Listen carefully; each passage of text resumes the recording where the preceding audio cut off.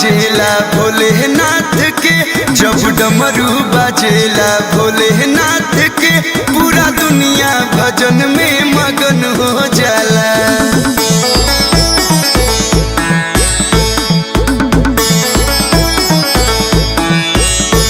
जब डमरू बाजेला भोलेनाथ के, पूरा दुनिया भजन में मगन हो जाला।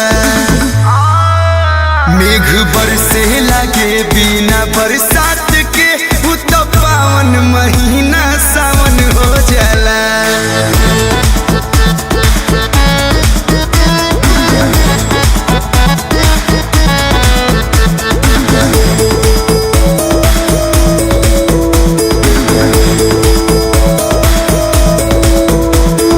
डमरू के ताल सुनी नाचे कन्हैया, डमरू के ताल सुनी नाचे कन्हैया, राधा के रसिया हो रुक्मिणी सैया। शोभा बढ़े वृंदावन कैलाश के, तो नजारा बड़ी मन भावन हो जाला।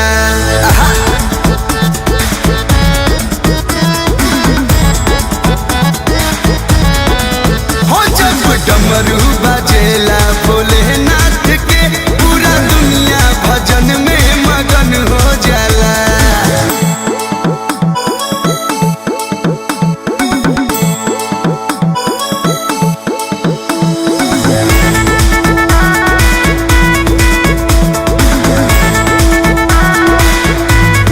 डम डम डम डमरू के ताल पर झूमे काशी, डमरू के ताल पर झूमेला काशी, हरिद्वार केदारनाथ देवघर के वासी।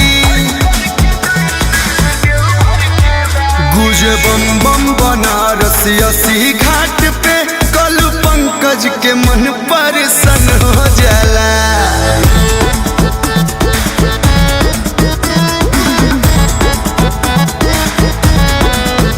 जब डमरू बाजेला भोलेनाथ